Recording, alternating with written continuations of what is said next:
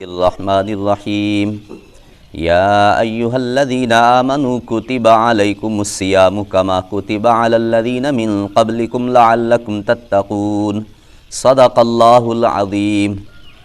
اے ایمان والو، کتب علیکم الصیام، تم پر روزے فرض کیے گئے ہیں، کما کتب علی الذین من قبلکم، جیسے تم سے پہلے لوگوں پر فرض کیے گئے تھے، لعلکم تتقون، تاکہ تم پرہیزگار بن جاؤ۔ ایام معدودات، گنتی کے چند دن روزے رکھنے ہیں۔ فمن کان منکم مریضا، پس جو تم میں سے مریض ہو، او علی سفر، یا سفر پہ ہو، فعدۃ من ایام اخر، دوسرے دنوں کی قضا اس پر رکھنی ہے۔ وعلی الذین یطیقونہ، اور وہ لوگ جو روزہ رکھنے کی طاقت نہیں رکھتے، فدیۃ طعام مسکین، ایک مسکین کا کھانا کھلانا، یہ اس کے لیے فدیہ ہے۔ فمن تطوع خیرا، جو زیادہ خرچ کر ڈالے، فہو خیر اللہ، یہ بھی اس کے لیے بہتر ہے۔ وان تصوموا خیر لکم، بشک آدمی مریض ہو یا سفر پہ ہو، اس کے باوجود جو تم میں سے روزہ رکھ لے، یہ اس کے لیے بہتر ہے، ان کنتم تعلمون، اگر تم جانتے ہو۔ ان آیات مبارکہ میں روزے کے متعلق بتایا گیا۔ اللہ نے روزہ فرض کرنے کا مقصد یہ بتایا، تم متقی پرہیزگار بن جاؤ، تمہارے دلوں میں اللہ کا خوف پیدا ہو جائے۔ اللہ نے یہ جتنا کائنات کا نظام چلایا ہے نا، یہ خوف خدا پر چل رہا ہے۔ اگر دل میں خوف ہونا، بندہ جنگل کے اندر بھی ہو، رب کی نافرمانی نہیں کرتا۔ اگر دلوں میں خوف نہیں ہے، پھر جتنی مرضی ہمارے اوپر پولیس لگا دیں، رینجر لگا دیں، آرمی لگا دیں، بندے بندے پر کوئی آرمی والا متعین کر دیں، یہ پھر بھی گناہوں میں پڑے گا۔ قرآن و حدیث، اس کے بیان کرنے کا، درس کرنے کا مقصد یہی ہوتا ہے کہ ہمارے دلوں میں خشیت الہی پیدا ہو جائے، اللہ کا خوف پیدا ہو جائے۔ جب خوف پیدا ہو گیا، انشاءاللہ سارے مسائل حل ہو جائیں گے۔ تو اللہ نے فرمایا، ایمان والو، تم پہ روزے فرض کیے گئے ہیں۔ پھر میرے رب نے یہ بھی بتایا کہ یہ صرف تم پہ فرض نہیں ہو رہے، تم سے پہلے لوگوں پر بھی فرض کیے گئے تھے۔ اگر صرف اور صرف ایک بندے پر کوئی دکھ ہو، تکلیف، پریشانی ہو، کوئی ایک بندے پہ برڈن ڈالا جا رہا ہو نا، تو اس کو فیل ہوتا ہے، یار مجھ اکیلے پہ یہ کیا زور ہے۔ جب بتایا گیا نہیں بھی ساروں کے ساتھ ایسا مسئلہ ہے۔ ایک یہ ہے نا کہ بجلی بھائی شاہ آباد کی چلی جائے، اسے بڑا دکھ ہوگا، عجیب ہے یار، میری صورت عجیب بنی ہوئی ہے، پورے محلے میں بجلی ہے، میرے گھر نہیں ہے۔ جب اسے پتہ ہو بھائی ساتھ ساتھ سب کے گھر میں نہیں ہے، تو فیل نہیں ہوتا بھائی سب کے گھر نہیں ہے۔ جب ہمیں پتہ چلا کہ روزے ہم پہ فرض ہیں، تو یہ بھی پتہ چلا کہ پچھلی امتوں پہ بھی تھے، یار کوئی بات نہیں، احکام ہیں، اللہ نے احکام دینے ہیں، روزے فرض کیے ہیں اللہ نے، پچھلی امتوں پہ بھی کیے تھے ہم پر۔ ہاں فرق تھا، نصارہ کے اوپر جو روزے فرض تھے مہینے کے 3 دن کے روزے، یہود پر جو روزے فرض تھے مہینے کے 3 دن کے بھی تھے، عاشورہ کا روزہ بھی فرض تھا۔ اور اس امت محمدیہ پہ ابتدا میں یہی 3 روزے فرض تھے، عاشورہ، اپنا ایام 20 کے روزے، 13ویں کا روزہ، 14ویں کا روزہ، 15ویں کا روزہ، جو چاند کے ہوتے ہیں، 13ویں، 14ویں، 15ویں کا روزہ۔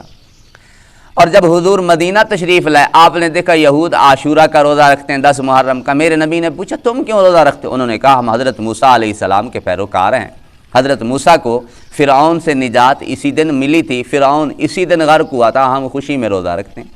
میرے نبی علیہ السلام نے صحابہ کو فرمایا ہم ان سے زیادہ موسیٰ کو ماننے والے ہیں، لہذا اگلے سال ہم بھی عاشورہ کا روزہ رکھیں گے، لیکن اس فرق کے ساتھ ہم ساتھ میں 9ویں کا ملائیں گے یا ہم ساتھ میں 11ویں کا ملائیں گے، تاکہ ان کے ساتھ ہماری مشابہت لازم نہ آئے۔ ایک صاحب فرماتے ہیں روزے میں بھی 3 تبدیلیاں ہوئیں، نماز میں بھی 3 تبدیلیاں۔ نماز جب میرے نبی مکہ میں تھے، آپ بیت المقدس اور بیت اللہ دونوں طرف منہ کر کے نماز پڑھتے تھے۔ جب میرے نبی مدینہ تشریف لے گئے، صرف بیت المقدس کی طرف منہ کر کے نماز پڑھتے رہے۔ 16-17 ماہ کے بعد حکم آیا اب بیت اللہ کی طرف رخ کر لو۔ یہ نماز میں تبدیلیاں آ رہی ہیں۔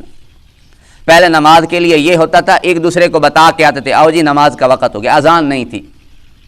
پھر میرے نبی کے ایک صحابی کو خواب آیا، انہوں نے آ کے میرے نبی کو خواب سنایا۔ میرے نبی نے فرمایا بلال کو بتاتا جا، بلال اذان دے گا۔ بلال نے یہی کلمات کہے، اللہ اکبر اللہ، اللہ نے فرشتے کے ذریعے اس صحابی کو خواب میں بتلوایا۔ تو یہ نماز کے اندر تبدیلی۔ اسی طرح پہلے کیا ہوتا تھا، نماز کے لیے آتے تھے، جماعت کھڑی ہے، آ کے ایک دوسرے سے پوچھ لیتے تھے یار کون سی رکعت چل رہی ہے، وہ کہتے تھے دوسری چل رہی ہے، تیسری چل رہی ہے۔ پہلے نماز کو پورا کر لیتے تھے، باقی ساتھ مل جاتے۔ پھر بالآخر کیا حکم آ گیا کہ نماز کے اندر بول چال منع ہے، اب نماز میں بول نہیں سکتے۔ اب آتے تھے ایک دفعہ ایک صحابی، انہوں نے آ کر نماز ایسے ہی شروع کر لی، پوچھا کسی سے نہیں، کیونکہ بولنا منع تھا۔ انہوں نے بعد میں جو رکھتے رہتی تھی وہ پوری کر لی۔ میرے نبی نے فرمایا یہ صحابی کا طریقہ بہت بہتر ہے، لہذا جو رکھتے رہتے ہیں بعد میں پورا کیا کرو، جس طرح آج کل ہم کرتے ہیں۔ تو یہ نمازوں میں تبدیلیاں ہوتی رہیں، احکام میں قدر ایستا ایستا تدریجاً تبدیلی ہوتی رہی۔ روزے میں بھی اسی طرح تھی۔ اب روزہ پہلے ایام بیض کا فرض تھا، عاشورے کا میرے نبی نے حکم دے دیا عاشورے کا بھی رکھ لیا کرو، مستحب تھا۔ اب بعد میں حکم کیا آ گیا؟ بعد میں حکم یہ آ گیا کہ رمضان کے مہینے کے تم پر روزے فرض ہیں۔ اور پھر روزے کیسے فرض تھے؟ جب افطار کرتے تھے نا، افطار کرنے کے بعد جتنی دیر جاگ رہے ہیں ٹھیک، جب سو گئے تو پھر روزہ شروع ہو گیا۔ جب سو گئے تو روزہ شروع۔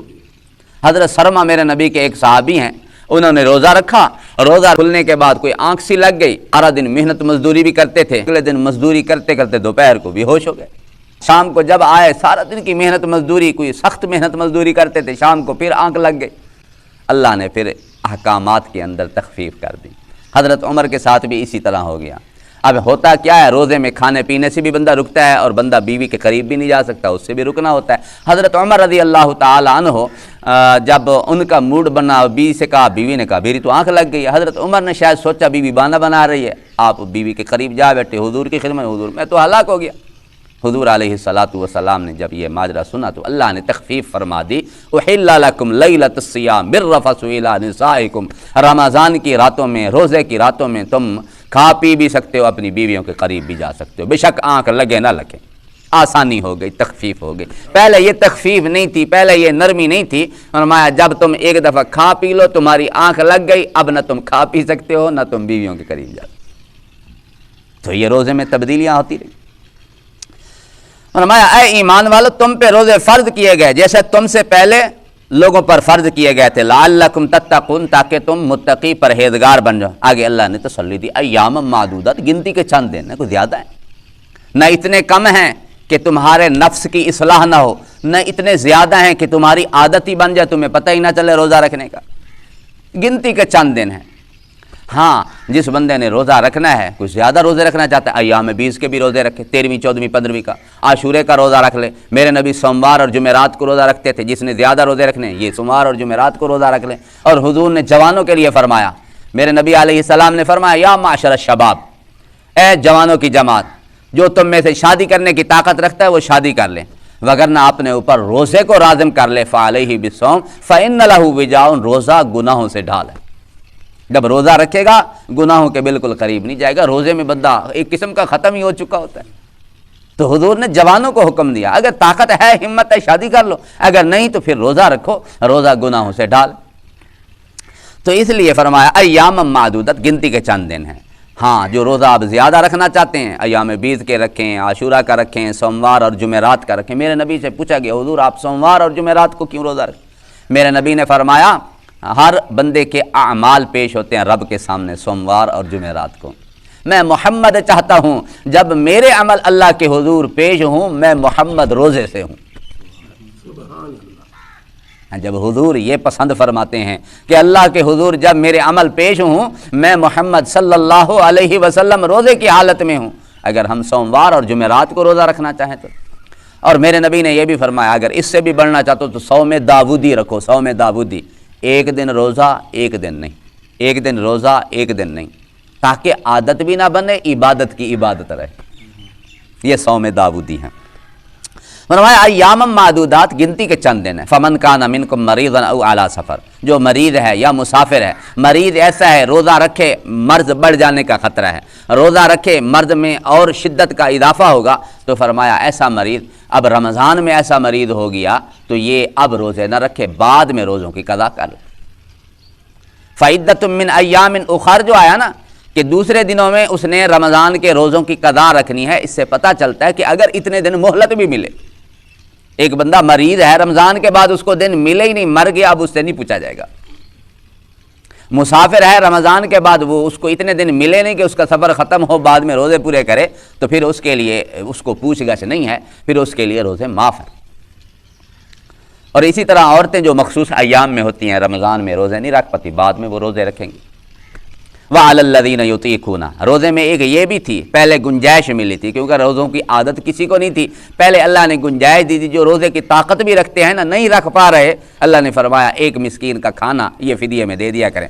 بعد میں یہ حکم آیا فَمَنْ شَهِدَ مِنْكُمُ الشَّهْرَ فَلْيَصُمْ، جو اس مہینے کو پائے وہ لازمی روزے رکھے، اب گنجائش نہیں رہی۔ پہلے آپشن تھا روزہ رکھ لے، اس کی مرضی ہے، جو نہیں رکھنا چاہتا یہ حکم تھا کہ وہ کیا کر لے، ایک مسکین کو کھانا کھلا دیا کر۔ پھر بعد میں حکم لازم ہو گیا جو بھی اس مہینے کو پائے وہ لازماً روزہ رکھے۔ آگے اللہ نے فرمایا جو زیادہ دے اس کے لیے بہتر ہے، ایک مسکین کے کھانے سے 2 مسکین کو کھانا کھلا دے، 3 مسکین کو کھانا کھلا دے، جو زیادہ دے یہ اس کے لیے بہتر ہے۔ اور اللہ نے یہ بھی فرمایا بھلے مسافر ہے، سفر پہ ہے، سفر میں بعض اوقات آسانی ہوتی ہے، روزہ رکھ لے یہ اس کے لیے اور زیادہ بہتر ہے، کیونکہ حدیث میں آتا ہے جس نے رمضان کا ایک روزہ چھوڑ دیا بعد میں پوری زندگی بھی روزے رکھ لے، اس ایک دن کے روزے کے اجر کو نہیں پہنچ سکتا۔ رمضان کے روزے کا اس قدر اجر ہے۔ اللہ تعالی ہم سب کو عمل کی توفیق نصیب۔ الحمدللہ۔